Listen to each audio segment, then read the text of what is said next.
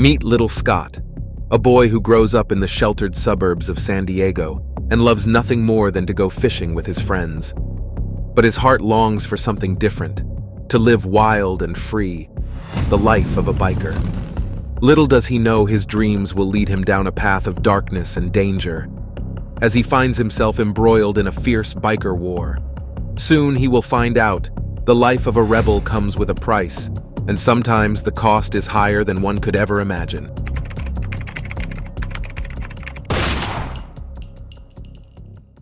The vibrant city of San Diego, California, the year is 1960, a time when the winds of change are blowing through the hearts and minds of young individuals. Among them is a teenager named Scott, who grows up in a prosperous neighborhood where his family provides him with care and support. However, Scott has his rebellious phase, and he finds solace in the company of his friends, forming a clique of high school bullies. They thrive on the thrill of mischief and seek out excitement wherever they can find it. In the fateful year of 1974, an event occurs, which forever leaves an indelible mark on young Scott's life.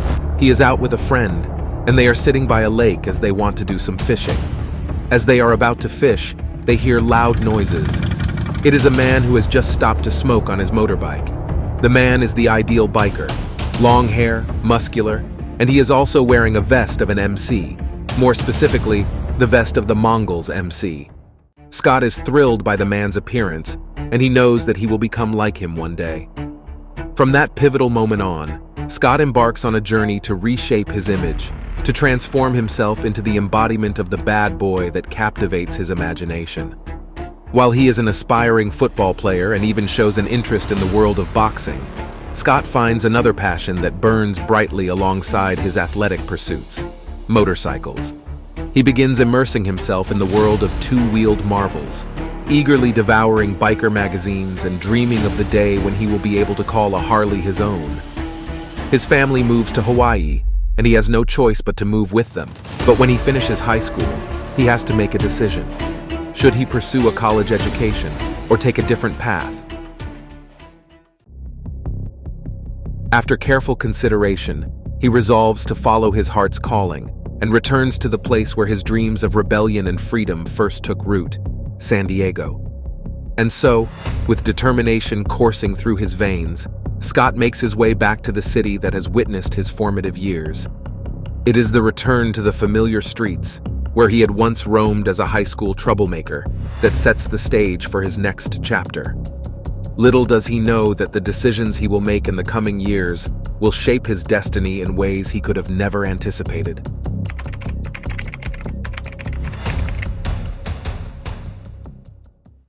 As Scott returns to the streets of San Diego, a burning desire consumes him to fulfill his long-held dreams and acquire a motorbike of his own.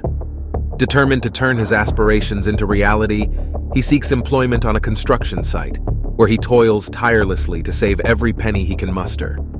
However, despite his efforts, the realization of his dream seems frustratingly distant.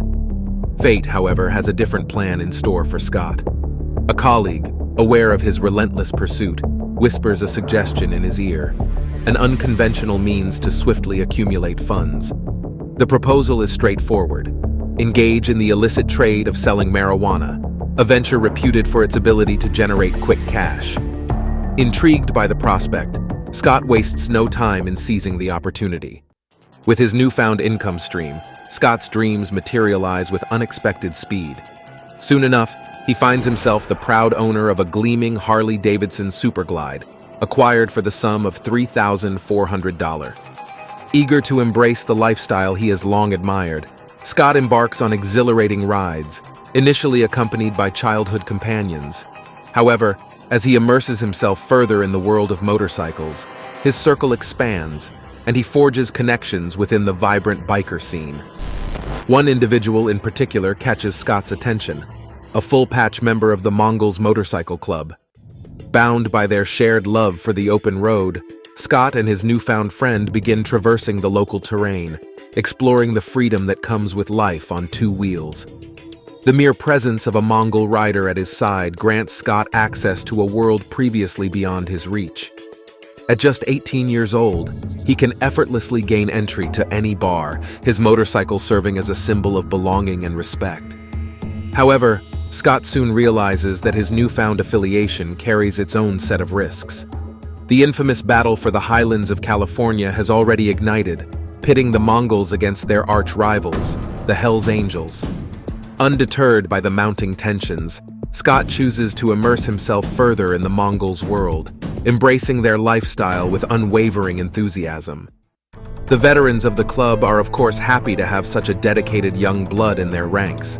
Hence, they give him the nickname Junior. In fact, he becomes so ingrained in the club's activities that he is unofficially regarded as one of their own, an honorary member living the exact existence he had yearned for since that encounter by the lake. Assuming responsibilities on behalf of the club, Junior's dedication knows no bounds, and with time, he resolves to take his commitment to the next level. Having already proven his loyalty time and again, he feels compelled to seek full membership within the Mongols Motorcycle Club. However, a formidable obstacle stands in his path: age. The minimum age requirement for becoming a Mongol is 21, yet Junior is merely 20 years old. Nevertheless, due to his unwavering devotion and exceptional dedication, the Mongols make an exception, welcoming him into their ranks. But before being granted the coveted full patch, Junior is summoned for a crucial conversation with club leaders. They speak candidly, laying bare the inherent dangers and risks that accompany the biker lifestyle. They warn him of the potential consequences, being laid to rest 6 feet under or imprisoned behind steel bars. Junior, fully cognizant of the perils that await him, makes a resolute decision. Undeterred by the risks, he willingly embraces the brotherhood, committing himself wholeheartedly to the Mongols Motorcycle Club. As Junior, the youngest full-badged member in history, embraces his new role within the Mongols Motorcycle Club, his rebellious nature spirals further into the depths of radicalism. With each passing day, his behavior grows increasingly extreme, to the point where he feels compelled to carry a firearm at all times. Enveloped in a cloud of unwavering conviction, Junior and his club brothers foster an unshakable belief in their invincibility, convinced that they are beyond the reach of any adversary. But the harsh realities of life often shatter illusions, leaving behind a trail of shattered dreams. For the Mongols, their most formidable adversaries come in the form of the Hells Angels, renowned for their formidable power and influence.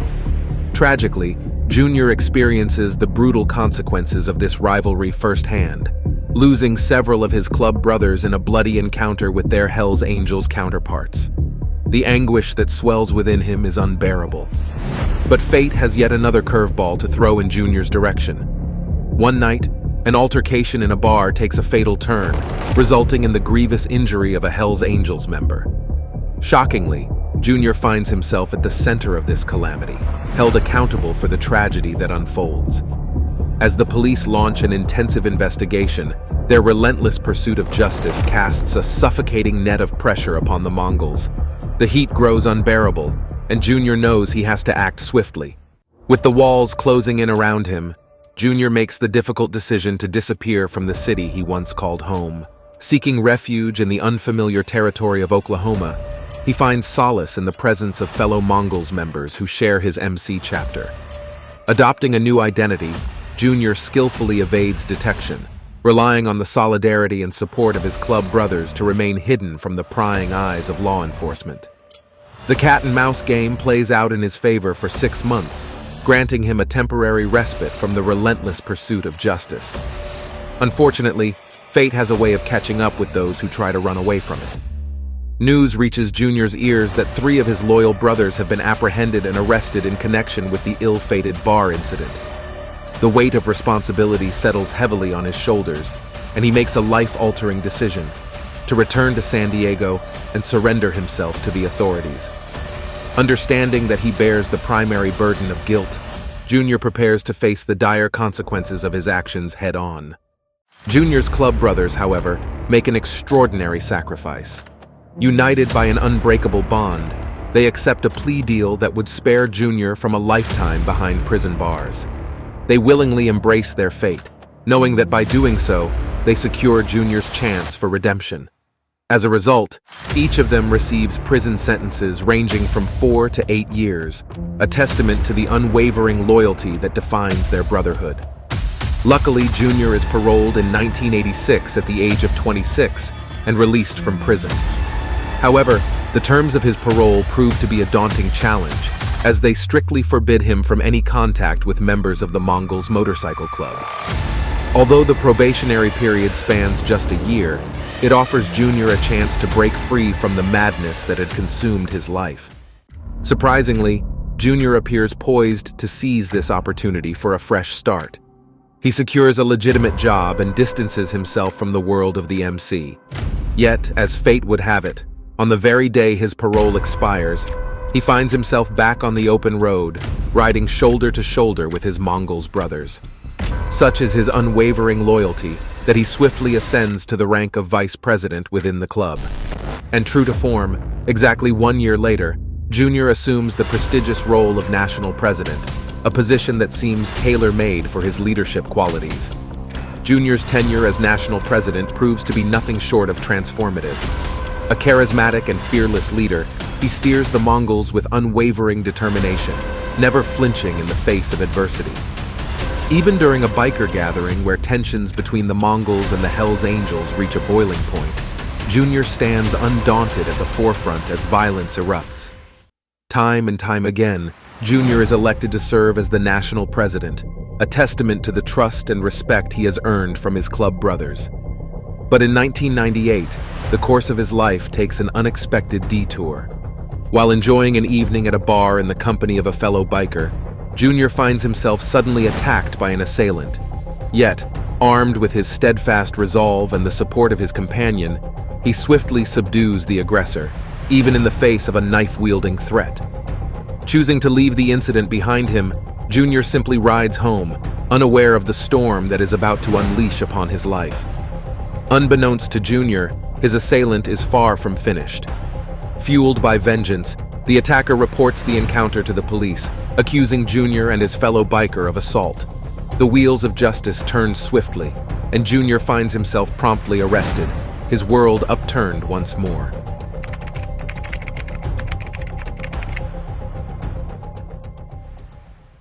As Junior faces the police, he staunchly maintains that his actions are in self-defense.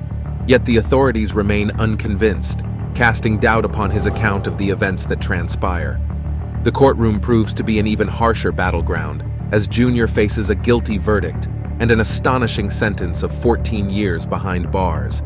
However, the story is far from over, for his tenacious lawyer embarks on a relentless quest to uncover evidence that will shed light on Junior's innocence. Through diligent investigation, the lawyer manages to amass enough compelling clues to warrant a retrial. This time, the scales of justice tilt in Junior's favor, resulting in his acquittal. The court, recognizing the grave miscarriage of justice that occurred, awards Junior a substantial sum of $3.2 million as restitution for the years he spent falsely imprisoned. Yet, despite this triumph, Junior remains under probation, once again subjected to the stringent condition of severing all ties with his Mongols brothers. But it seems that fate is determined to test Junior's resolve. A photograph emerges, capturing him in the act of sharing a beer with a fellow club member, an act that directly violates the terms of his probation. The court swiftly revokes the $3.2 million and orders his return to prison. Confined once more, Junior finds himself in a contemplative state, using his time behind bars to embark on a new endeavor, writing a book. One book leads to another as Junior recounts his tumultuous experiences and seeks solace through the power of storytelling. In 2004, the gates of the prison swing open, marking Junior's long-awaited release. Determined to leave his troubled past behind, he seeks solace and stability in Utah, where he forges a new path, finding love and marrying his wife. It is in 2009 that Junior's connection to the Mongols resurfaces as he establishes a chapter of the club in Utah, a testament to his enduring commitment to the brotherhood that shapes his life. Junior's journey is fraught with hardship, marked by the depths of incarceration and the struggle for vindication. Yet, through it all, he persists, finding solace in the written word and a renewed purpose in his life. The chapters of his story have taken him to the darkest corners of the human experience. But as he embraces his newfound freedom, he embarks on a new chapter, one that holds the promise of redemption and the hope of a brighter future.